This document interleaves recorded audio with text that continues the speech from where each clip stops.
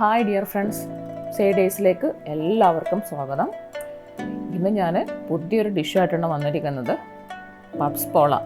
ഇതിൻ്റെ മസാലയൊക്കെ അടിപൊളി ടേസ്റ്റാണ്. അപ്പോൾ നമുക്കിത് ഉണ്ടാക്കുന്നത് എങ്ങനെയെന്ന് നോക്കാം.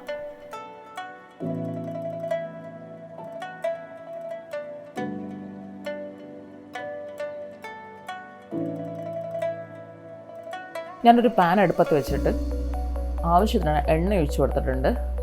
ഇതിലേക്ക് ഒരു 3 സവാള ചെറുതായിട്ട് ചോപ്പ് ചെയ്തത് ഇട്ട് കൊടുക്കുന്നുണ്ട്. ഇതിലേക്ക് കുറച്ച് കറിവേപ്പിലയും ഒരു 2 പച്ചമുളക് ചെറുതായി അരിഞ്ഞതും ഇഞ്ചി വെളുത്തുള്ളി പേസ്റ്റും ഇട്ട് കൊടുത്തിട്ട് അതിലേക്ക് കുറച്ച് ഉപ്പും ആ മസാലയ്ക്ക് ആവശ്യമായ ഉപ്പും ഇട്ട് കൊടുത്തിട്ട് നന്നായിട്ടൊന്ന് വഴറ്റിയെടുക്കാം. അതിൻ്റെ പച്ചമണമൊക്കെ ഒന്ന് മാറി കളറൊക്കെ ഒന്ന് മാറി ഉള്ളിയൊക്കെ നന്നായിട്ടൊന്ന് സോഫ്റ്റായി വരണം. ബ്രൗൺ കളറൊന്നും ആവണ്ട കേട്ടോ. ഇപ്പോൾ ഇതിലേക്ക് നമുക്ക് പൊടികൾ ഇട്ട് കൊടുക്കാം. ഇതിൽ മഞ്ഞൾപ്പൊടിയും മുളക് പൊടിയും മല്ലിപ്പൊടിയും ഗരം മസാലയും ഇട്ട് കൊടുത്തിട്ട് എല്ലാം കൂടി നന്നായിട്ടൊന്ന് ഇളക്കി കൊടുക്കാം. ഇത് നന്നായിട്ടൊന്ന് അതിൻ്റെ മണമൊക്കെ ഒന്ന് മാറിയിട്ട് വരണം. എനിക്ക് നമുക്ക് അധികം ഓവർ മസാലകളൊന്നും വേണ്ട, ഇത്ര തന്നെ മതിയാകും. എന്നിട്ട് നമുക്കൊരു 2 ടേബിൾ സ്പൂൺ വെള്ളം ഒഴിച്ച് കൊടുക്കാം. ആ വെള്ളം കൂടെ ഒഴിച്ച് കൊടുത്തിട്ട് നമുക്കിതൊന്ന് മൂടി വെച്ചിട്ട് ചെറിയ തീ വെച്ചിട്ട് വേവിക്കാം. എല്ലാം ഒന്ന് സോഫ്റ്റായിട്ട് മസാല എല്ലാം കൂടി ഒന്ന് സോഫ്റ്റായിട്ട് എല്ലാം ഒന്ന് മിക്സായി വരാൻ വേണ്ടിയിട്ടാണ്. അപ്പോൾ നല്ല നന്നായിട്ട് മിക്സായി വന്നിട്ടുണ്ട്. ഇതിലേക്ക് നമുക്കൊരു ആവശ്യത്തിന് മല്ലിയിലൊക്കെ നിങ്ങളുടെ ഇഷ്ടത്തിന് ഇട്ടോളൂ. മല്ലിയില ഇഷ്ടമുള്ളവർ ഇഷ്ടമില്ലാത്തവരൊക്കെ ഉണ്ടാവും. എനിക്ക് മല്ലിയില ഭയങ്കര ഇഷ്ടമാണ്, അതുകൊണ്ടാണ്. അപ്പോൾ മല്ലിയിലയും കൂടി ഇട്ട് കൊടുത്തിട്ട് എല്ലാം ഞാനൊന്ന് മിക്സ് ചെയ്ത് വെച്ചിട്ടുണ്ട്. അത് തണുത്ത് വരുന്ന സമയം കൊണ്ട് ഞാൻ കുറച്ച് ബ്രെഡ് പീസ് എടുത്ത് വെച്ചിട്ടുണ്ട്. ഈ ബ്രെഡിൻ്റെ നമ്മുടെ ബ്രൗൺ ഭാഗമെല്ലാം നമുക്കൊന്ന് കട്ട് ചെയ്ത് കളയാം. ഞാനിപ്പോൾ ബ്രെഡിന് അളവൊന്നും പറയുന്നില്ല, നമുക്ക് ഒരുപാട് ബ്രെഡ് ആവശ്യം വരും. അപ്പോൾ ഞാനൊരു 3 മുട്ട എടുത്ത് വെച്ചിട്ടുണ്ട്. അതിലേക്ക് ഒരു പച്ചമുളക് ചെറുതായി അരിഞ്ഞതും മല്ലിയില കുറച്ച് കൂടുതൽ എടുത്തോളൂ. മല്ലിയില ഇഷ്ടമുണ്ടെങ്കിൽ കൂടുതൽ എടുത്തോളൂ, ഇല്ലെങ്കിൽ നിങ്ങൾക്ക് കുറച്ചേ ഉണ്ടെങ്കിൽ അത്ര മതി. ഇതിലേക്ക് കുറച്ച് ഒരു 1.5 ടേബിൾ സ്പൂൺ പാൽ ഒഴിച്ച് കൊടുത്തിട്ട് കുറച്ച് ഉപ്പ്, അതായത് ആ മുട്ടയ്ക്ക് ആവശ്യമായ ഉപ്പും കൂടി വെച്ച് നന്നായിട്ടൊന്ന് ബീറ്റ് ചെയ്ത് സ്പൂണിട്ടോ അല്ലെങ്കിൽ ഒരു ബീറ്റർ വെച്ചിട്ടോ വിസ്ക് വെച്ചിട്ടോ എന്ത് വെച്ചിട്ടോ നന്നായിട്ടൊന്ന് ബീറ്റ് ചെയ്ത് കൊടുക്കുക. എല്ലാം കൂടി നന്നായിട്ട് ബീറ്റ് ചെയ്തിട്ട് ഒന്ന് ചെറുതായിട്ടൊന്ന് നമ്മൾ ഓംലെറ്റൊക്കെ ഉണ്ടാക്കാൻ വേണ്ടി ഒന്ന് പതിപ്പിച്ച് വെക്കൂലേ, അത്ര തന്നെ മതിയാവും. നമുക്ക് ഇതൊരു സൈഡിലേക്ക് മാറ്റി വെക്കാം. ഞാൻ ഒരു 4 മുട്ട പുഴുങ്ങി വെച്ചിട്ടുണ്ട്. നിങ്ങൾക്ക് കൂടുതൽ വേണമെന്നുണ്ടെങ്കിൽ കൂടുതൽ മുട്ട എടുക്കാം, പക്ഷേ 4 മുട്ട തന്നെയായിരിക്കണം കൃത്യമായിട്ടുണ്ടാവുക. അപ്പോൾ നമുക്ക് അത്രയും മുട്ട എടുത്തിട്ടുണ്ട്. മുട്ട നിങ്ങൾ കട്ട് ചെയ്യുമ്പോൾ നിങ്ങൾക്ക് വേണമെങ്കിൽ ഇത്രയും മാത്രമാവും. ഒരു മുട്ടേനെ ഇപ്പോൾ നമുക്ക് 4 ആക്കാം, അല്ലെങ്കിൽ അതിലും ചെറുതാക്കാം. എനിക്ക് തോന്നുന്നു കുറച്ചുകൂടി ചെറുതാക്കുന്നതായിരിക്കും നല്ലതാണ്. ഈ രീതിയിലും വെക്കാം, അല്ലെങ്കിൽ ചെറുതായിട്ടും വെക്കാം. ഞാനിപ്പോൾ ചെറുതായിട്ടാണ് കട്ട് ചെയ്ത് വെച്ചിരിക്കുന്നത്. അപ്പോൾ ഞാൻ മുട്ടകളെല്ലാം അങ്ങനെ കട്ട് ചെയ്ത് വെച്ചിട്ടുണ്ട്.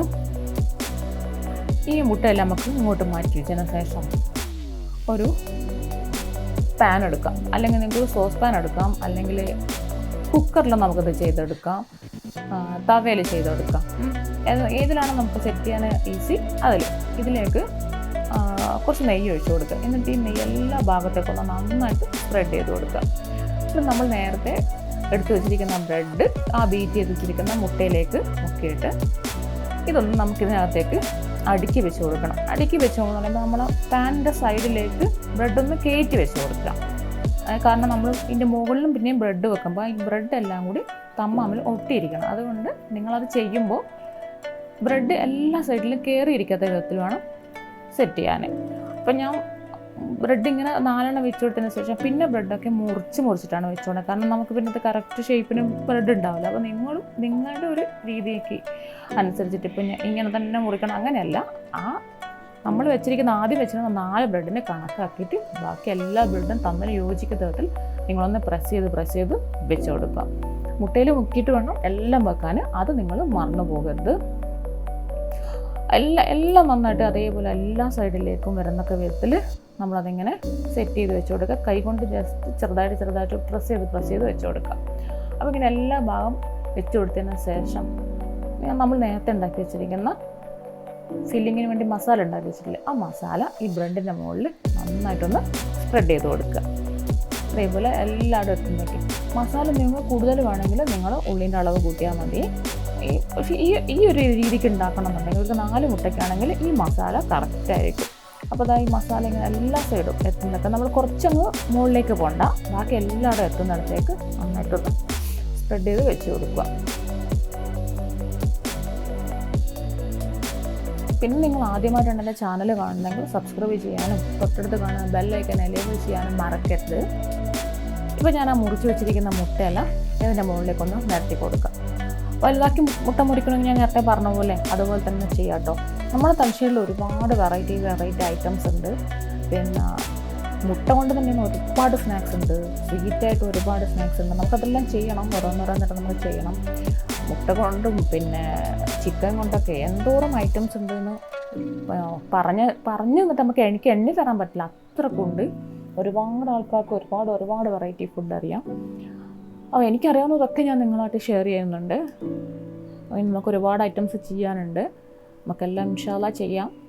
ഇപ്പോൾ ഇതാ മുട്ടയെല്ലാം ഞാൻ നന്നായിട്ട് മൊത്തം എല്ലായിടും എത്തുന്ന രീതിക്ക് വെച്ച് കൊടുത്തിട്ടുണ്ട്. ഇനി നമുക്ക് അതേപോലെ തന്നെ നമ്മൾ നേരത്തെ എടുത്തിരുന്ന ബ്രെഡ് വെച്ചിരുന്ന പോലെ തന്നെ പിന്നെയും നമ്മൾ ബ്രെഡെല്ലാം ഇതുപോലെ മുട്ടയിൽ മുക്കി നമ്മൾ ഇത് കവർ ചെയ്യുന്ന രീതിക്ക് കവർ ചെയ്യുകയും ചെയ്യണം. നമ്മൾ നേരത്തെ വെച്ചിരുന്ന ബ്രെഡിൻ്റെ മുകളിൽ എല്ലാ ഭാഗവും എത്തുകയും വേണം. എന്നിട്ട് അത് രണ്ടും കൂടെ നമ്മളൊന്ന് അമർത്തിയിട്ട് സെറ്റ് ചെയ്ത് വെച്ച് കൊടുക്കുകയും വേണം.